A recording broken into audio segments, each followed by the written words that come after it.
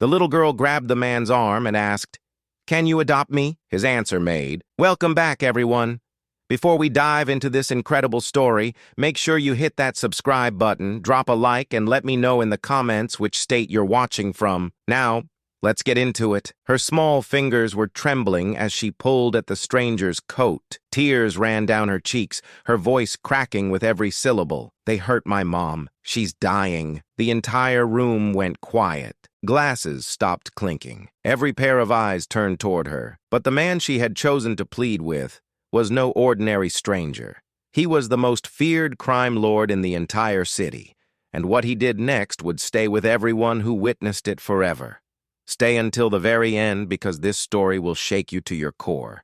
It was a freezing Tuesday night in downtown Detroit, 1989. The Velvet Crown restaurant hummed with the usual crowd of sharply dressed men handling business over vintage bourbon and whispered deals. This wasn't just any restaurant. This was Marcus Kane's territory. Every server knew to keep their ears shut and their mouths sealed. Every guest understood the unwritten code. You stayed out of other people's affairs. You showed respect, and you never, under any circumstances, made a scene. Marcus Kane occupied his usual booth in the back corner, a towering figure whose mere presence demanded both reverence and terror. At 54, he had constructed an empire spanning 4 states. His steel-gray eyes caught everything. His word was absolute, and tonight, like every Tuesday for the past 18 years, he was holding court with his top enforcers. The discussion moved in measured, hushed tones. Figures were reviewed. Boundaries were redrawn. Complications were handled with cold precision. This was how Marcus operated. Systematic, deliberate, never letting emotion interfere with logic. He had outlasted most in this game because he grasped one essential truth. Attachment was vulnerability, and vulnerability got you buried. But then something occurred that would shatter the fortress Marcus had constructed around his soul. The restaurant's massive wooden door flew open with enough force to crash against the wall. Every head snapped toward the sound. Conversations died instantly. The host rushed forward, his face drained of color. But before he could stop the intruder, everyone saw what had caused the disruption. A little girl, barely 7 years old, stood shaking in the entrance. Her clothing was ripped and filthy. Blood marked her tiny white dress. Her dark curls hung in matted tangles around a face streaked with tears and dirt. She appeared as though she had sprinted through a nightmare to reach this place. The child's eyes swept the room frantically, hunting for something, someone, anyone who might rescue her. The restaurant's guests stared back in frozen silence. Some glanced away, uneasy with the intrusion.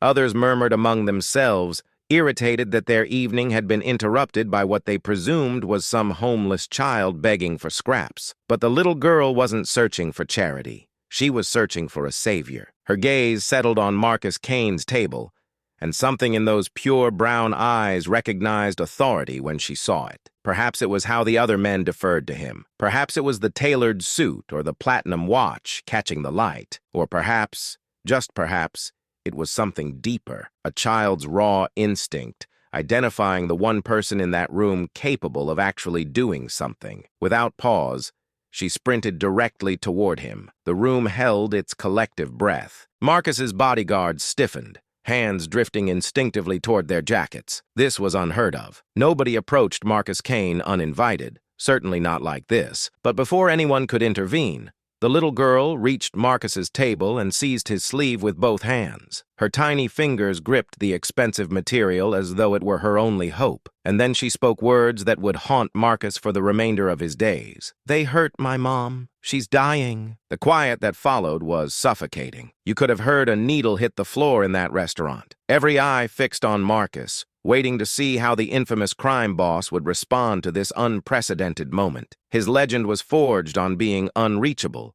emotionless, a man who extended mercy to no one. Marcus gazed down at the child clutching his arm. Her face was lifted toward his, those brown eyes enormous with desperation and faith. In that instant, something stirred in the hardened criminal's chest, something he hadn't experienced in 3 decades. You see, Marcus Kane hadn't always been the frigid, calculating crime lord that Detroit dreaded. Once, long ago, he had been a different man, a man who understood what it meant to have everything that mattered ripped away. 32 years earlier, Marcus had been married to a woman named Catherine. She was the brightness in his world, the only person who could coax a genuine laugh from him, who could soften the sharp edges that circumstance had honed. They had visions of building a family, of creating something beautiful together, despite the brutal world Marcus navigated. But those visions were destroyed one evening when a rival organization decided to deliver Marcus a message. They didn't strike at him directly. That would have been too simple, too predictable. Instead, they targeted the one thing they knew would annihilate him more thoroughly than any weapon ever could. They targeted Catherine. Marcus returned home that night to discover his universe torn to pieces, his wife, his future, his heart. All of it vanished in a single moment. The investigation led nowhere. The authorities asked questions they already knew would never be answered, and Marcus absorbed the most brutal lesson of his existence. In his world, love was a weakness that could be exploited by anyone merciless enough to use it. From that night onward, Marcus Kane erected barriers around his heart that nothing could breach. He became ruthless because ruthlessness meant survival. He became feared because fear translated to respect. And he became solitary because solitude meant no one else could be weaponized against him. For 3 decades, those barriers had remained impenetrable. No amount of begging, threatening, or bribing had ever caused Marcus Kane to show compassion when compassion wasn't advantageous. He had ordered eliminations on men who pleaded for their lives. He had seized businesses while owners sobbed at his feet. He had sent fathers to prison while their children wept in courtrooms. But now, staring down at this little girl who reminded him so agonizingly of the children he and Catherine had imagined having, those barriers began to fracture. The child's hold tightened on his sleeve. Her voice emerged in fractured sobs as she struggled to explain what had transpired. Through her tears, Marcus began assembling a narrative that turned his blood to ice. The little girl's name was Lily. Her mother, Grace, operated a modest bakery on the east side of the city. They resided in a cramped apartment above the shop, just the two of them striving to build an honest existence in a neighborhood where honest existences were nearly impossible. But their neighborhood was also contested ground between 2 rival crews, both demanding protection payments from local establishments. Grace had been trapped in the crossfire, incapable of satisfying both sides, unwilling to align with either. And tonight, that impossible predicament had finally erupted into brutality. Lily's words tumbled out in a torrent, interrupted by gasps and sobs. She recounted how the men had arrived at the bakery after hours, how they had demanded money her mother couldn't produce, how things had escalated when Grace attempted to shield the meager cash they required for rent and food.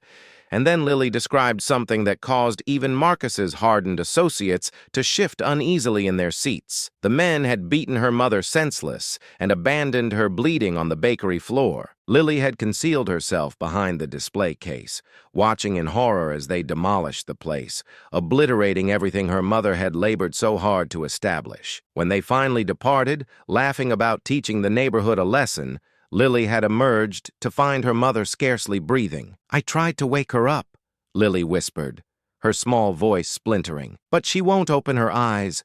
There's so much blood." The restaurant remained suspended in that moment. Marcus's lieutenants traded uncertain glances, unsure how their boss would handle this extraordinary interruption.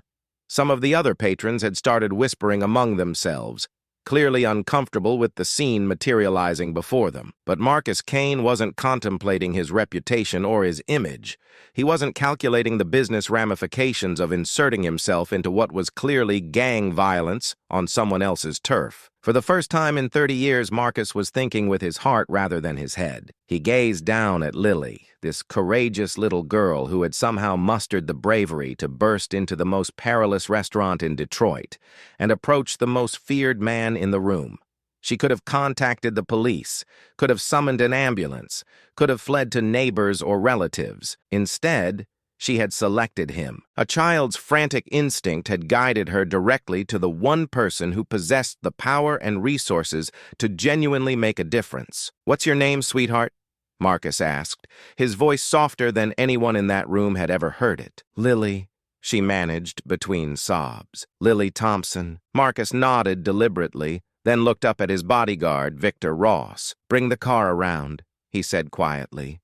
Now, Victor hesitated for just a moment. In all his years serving Marcus, he had never witnessed his boss make a choice this spontaneous, this emotional. Boss, perhaps we should... I said bring the car around. Marcus's tone carried just enough edge to remind everyone that despite the unusual circumstances, he remained absolutely in command. As Victor hurried toward the exit, Marcus redirected his focus to Lily.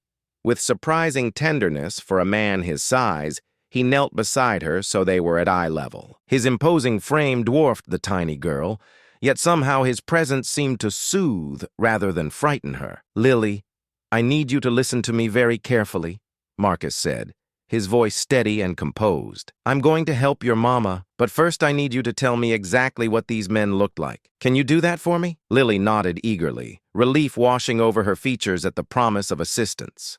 Through her tears, she began describing the attackers. Two men, both young, both wearing black bandanas. One had a jagged scar across his right cheek. The other had a skull tattoo on his neck. They had addressed each other by names, Dante and Rico. Marcus's expression hardened as he listened. He recognized the descriptions instantly.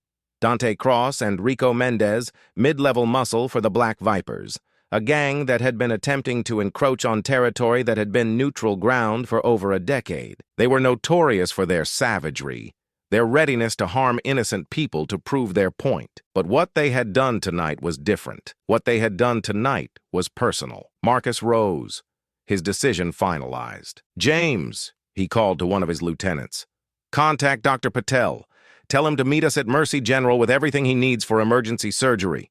Tell him it's a priority case. James nodded and immediately retrieved his phone. Dr. Patel was among the city's finest trauma surgeons, and he owed Marcus more favors than could be counted. If anyone could rescue Lily's mother, it would be him. Derek, Marcus continued, addressing another of his men, I want you to locate Dante Cross and Rico Mendez. Bring them to the facility on Harbor Street, alive. I want to have a discussion with them about their methods. Derek smiled, cold and predatory. Consider it handled, boss. Marcus surveyed the restaurant one final time, absorbing the stunned expressions of his associates and the other patrons.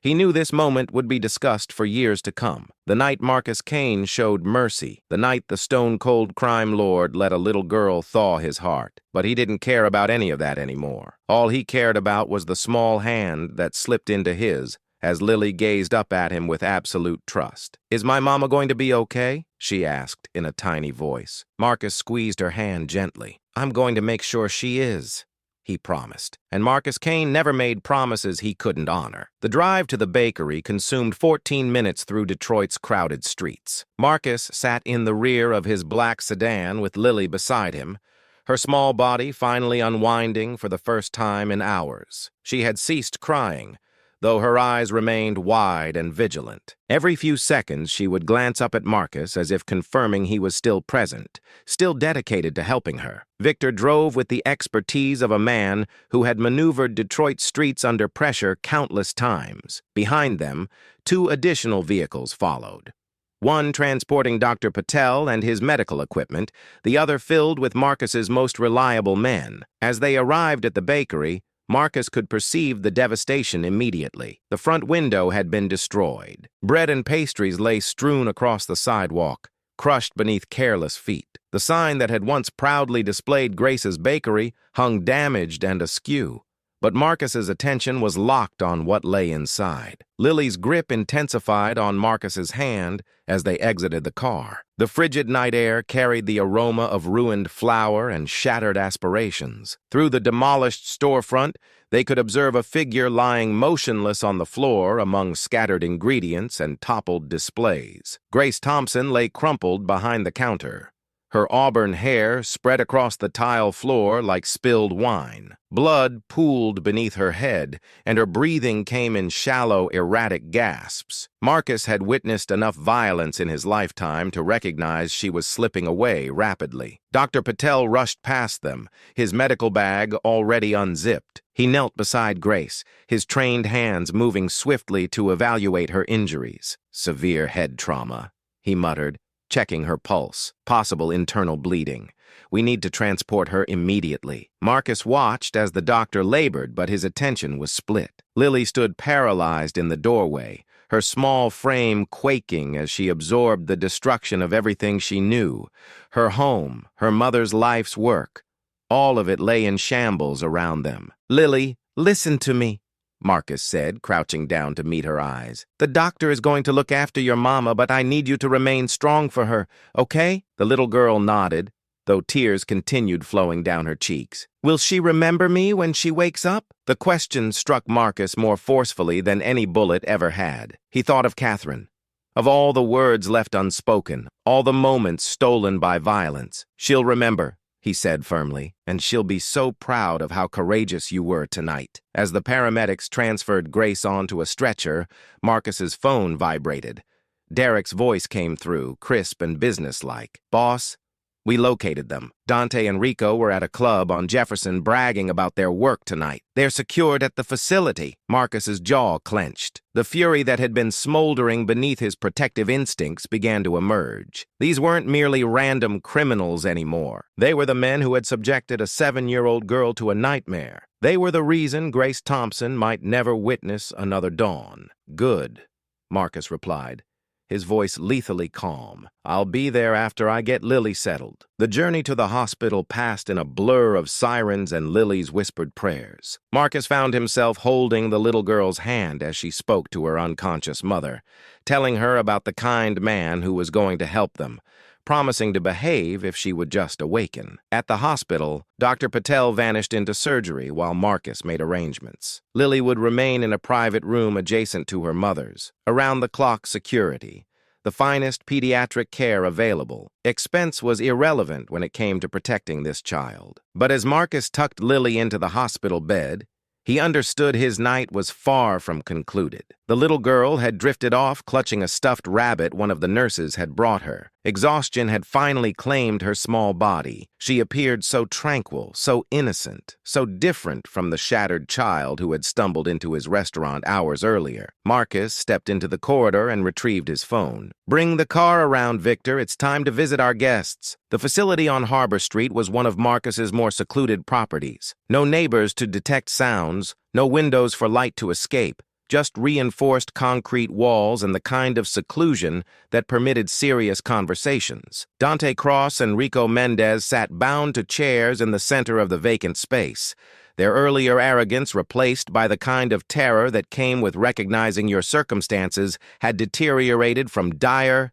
to catastrophic. Both men were young, perhaps mid-20s, with the kind of swagger that derived from believing violence rendered you invincible. They were about to discover how mistaken they were. Marcus entered the facility deliberately, his footsteps reverberating in the expansive space. He had changed from his dinner attire into darker clothing, but his presence dominated the room just as completely. Behind him, Victor and Derek assumed positions by the entrance. "Gentlemen," Marcus said, his voice conversational, "I understand you had a productive evening." Dante, the one with the scar, attempted to sustain his defiance. "Look, man, whatever this concerns, we can negotiate something. You understand how it operates in our business." "Your boys," Marcus interrupted, "subjected a 7-year-old girl to a nightmare tonight. They beat her mother unconscious over $52, Mendez." The atmosphere in the facility seemed to chill. Vincent's men had positioned themselves strategically throughout the space,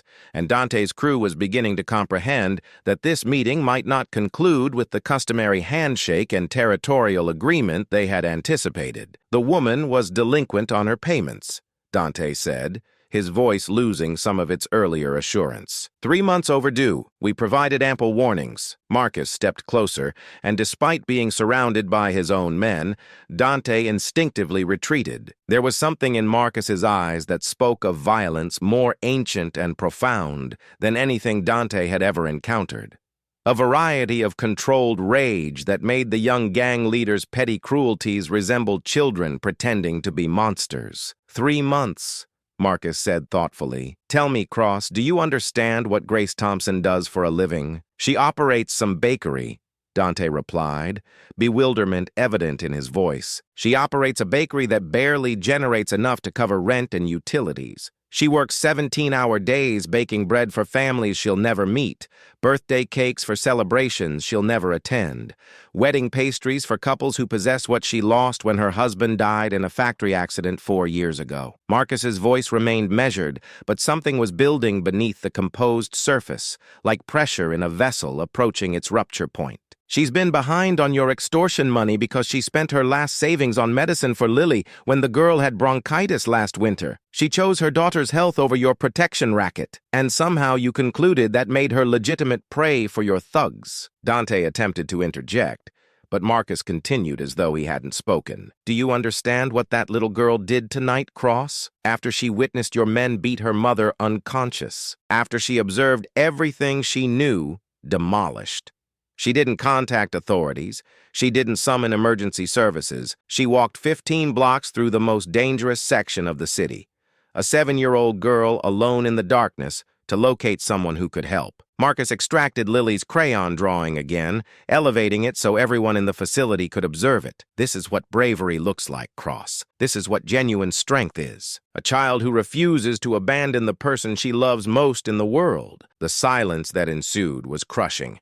Even Dante's men appeared uncomfortable now, shifting uneasily, avoiding eye contact. Marcus folded the drawing carefully and returned it to his jacket, positioning it directly over his heart. So here's what's going to transpire, Marcus said, his tone transitioning from philosophical to purely transactional. You're going to dismantle your entire operation in Grace's neighborhood. Every protection payment, every debt, every outstanding balance, it all vanishes tonight. Dante's artificial boldness flared back to life. You can't simply appear here and I haven't finished speaking, Marcus said quietly, and the younger man's mouth snapped closed. You're going to take whatever money you've extracted from that neighborhood over the past year, and you're going to return it to every shop owner, every family, every person you've been draining dry. That's impossible. We don't possess that kind of cash readily available. And even if we did, then you'll acquire it, Marcus replied. Sell your vehicles, your jewelry, your grandmother's silverware if necessary.